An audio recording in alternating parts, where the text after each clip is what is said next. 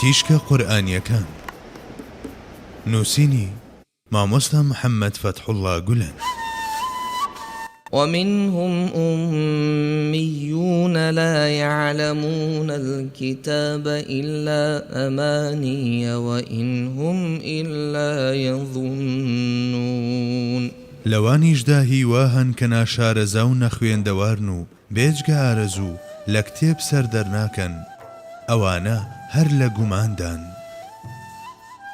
ئەم ئاەتە بە وێنەی ئەم سەردەمەی خۆشمان وێنای کەسانی ئەو سەردەمە دەچێشێت کە لە بری حەقیقەتی دین دڵیان بە هەندێک خولیا و خۆزگە و یۆتۆپیاوە گرێداوە. لە ڕاستیدا لە بناغەی مارکسیزم و کۆمیۆنیزم و کاپیتالیزمیشدا هەمان ئەم خەیاڵ و یۆتۆپیا و کەهانەتانە بوونیان هەیە کە لە ڕاکردن لە دینەوە سەرچاوەیان گرتووە.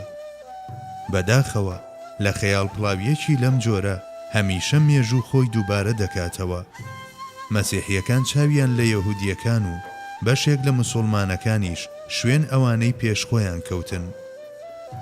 بەڵێ، موسڵمانانی ئەمڕۆیش وەکو ئەوانەی پێشخۆیان لە ناو کۆمەڵێک خەیاڵ و خولیادا پەلەقاژە دەکەن کە قورئان بە ئامانی ناویان دەبات. حاڵی گشتی ئەمڕۆی جیهانی ئیسلامی باشترین شایەتە لەسەر ئەمە. پێغەمبەری خوا لە فەرمودەیەکی پیرۆزیدا بەم جۆرە ئەم ڕاستیە ڕوون دەکاتەوە: ئێوە بست بە بست و هەنگاو بە هەنگاو شوێن ئەوانەی پێشخۆتان دەکەون.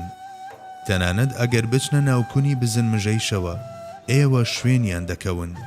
سەحابیەکان دەپرسن: مەبەستت لە ئەوان یەهودی و مەسیحیەکانە؟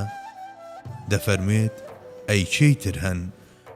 لەو ڕووەوە کە وشەی ئامانی کۆی ئەمنیەیە و ماناکەیشی بریتیە لە خەیاڵ پڵاوی لە وەهمی ئینسان خۆیدا و ڕاکردنی بە دوای خەون و خولیای ئەستەمدا. ئەمەش لەوانەیە لە ڕوویەکەوە وەک ئایدیالیزم وابێت، بەڵام لە بنەڕەتدا زیاتر بە مانای کۆمەڵێک تیۆری وەهادێت کە جێبەجێبوونیان مەحاڵە.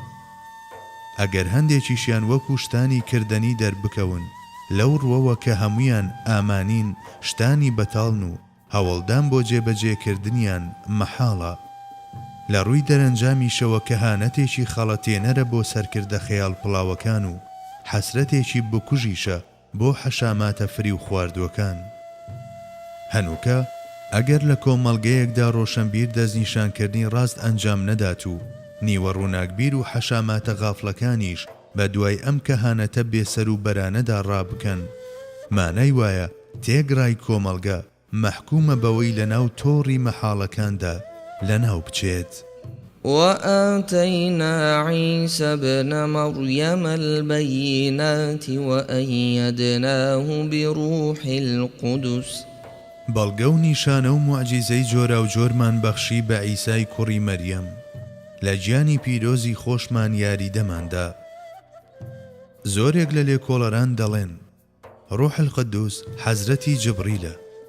لە زۆرێک لە کتێبەکانی تەفسیردا بەم جۆرەیە، بەڵام حەسانی کوڕی سابیت ڕۆژێکیان لە خزمەتی پێغەمبەرماندا فەرموویەتی: وجبريل رسول الله فينا وروح القدس ليس له كفاء. پێغەمبەریشمان صلى الله عليه وسلم ئەم وتەیەی ستایش کردووە، کەواتە جبریل ڕوح القدوس نییە، ناکرێت حەزرەتی عیساش بێت، چونکە دەوترێت وأيدناه بروح القدوس. بە ئاشکرا دیارە یارمەتی دەر و یارمەتی دراو یەک کەس نین. بە قەناعەتی من ڕوح القدوس توانە و هێزێکی مەلەکوتیە و پەیوەندی ڕاستە و خۆی بە جیهانی لاهوتەوە هەیە و ئامادەیە بۆ یارمەتیدانی ئەوانەی کە خوای گەورە دەیەوێت و فەرمان دەکات. ئەم هێزەش بە جۆرێک کاتێک پشتگیری حەزرەتی عیسا دەکات ڕەنجی ئینجیل دەگرێت و کاتێکیش یارمەتی پێغەمبەرمان دەدات ڕەنجی قورئانی وەردەگرێت. سەرەتا حەزرەتی مەسیح هاوڕێ لەگەڵ کۆمەڵێک موعجیزەی ڕوون و ئاشکرای وەهادا نێردراوە کە مرۆڤ ناچار بە ئیمان، قەناعەت یاخود هیچ نەبێت بێدەنگبوون دەکەن. قورئانی پیرۆز لە چەندین سوورەتی جیاوازدا و لە شێوەی فوکردنی ژیان بە باڵندەی لە قوڕ دروستکرا و بە ئیزنی خوا و چاکردنەوەی کوێری و گولی بە ئیزنی خوا و زیندووکردنەوەی مردوو بە ئیزنی خوا و هەواڵدانی غەیبی لەو شتانەی لە ماڵەکاندا دەخورێن و ئازوقە دەکرێن ڕیز دەکات.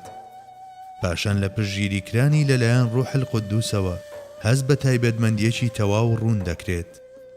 ئەمەش جیاوازی ئەرک و فەرمانی ئەو نیشان دەدات. ئەجینا وەکو هەندێک لە مەسیحیەکان گومان دەبن ڕوح القدوس پارچەیەک نییە لە کەسایەتی حەزرەتی عیسا، بەڵکو تەوەجوه و تەجەلیەکە کە یارمەتی دەدات. بەڵام نوێنەرایەتیکردنی ئەم تەجەلیە لەلایەن حەزرەتی جیبریل یان هەر فریشتەیەکی دیکەوە کێشەیەکی تێدا نییە. ڕوح القدوس هەر لە سەرەتاوە و لە شێوەی دەرکەوتن تەمثیلی جیاوازدا هەمیشە هاودەمی حەزرەتی عیسا بووە. ئەم هێزە هەر لە سکپڕبوونی حەزرەتی مەریەمەوە هەتا لە دایکبوونی منداڵەکەی لەگەڵ قەدەری ئەم پێغەمبەرە مەزنەدا ئاوێتە بووە.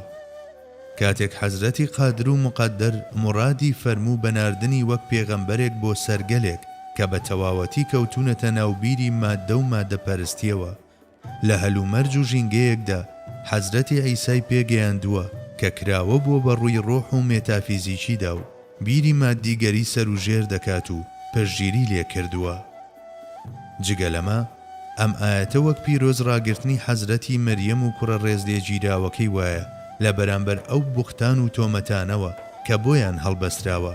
ئەمەش بڕیاری بێتاوانی حەزرەتی مەسیحە لە دادگاکەی قورئاندا بەرامبەر بە تۆمەتی بوختانکاران. خوش زاناترە بەڕاستی.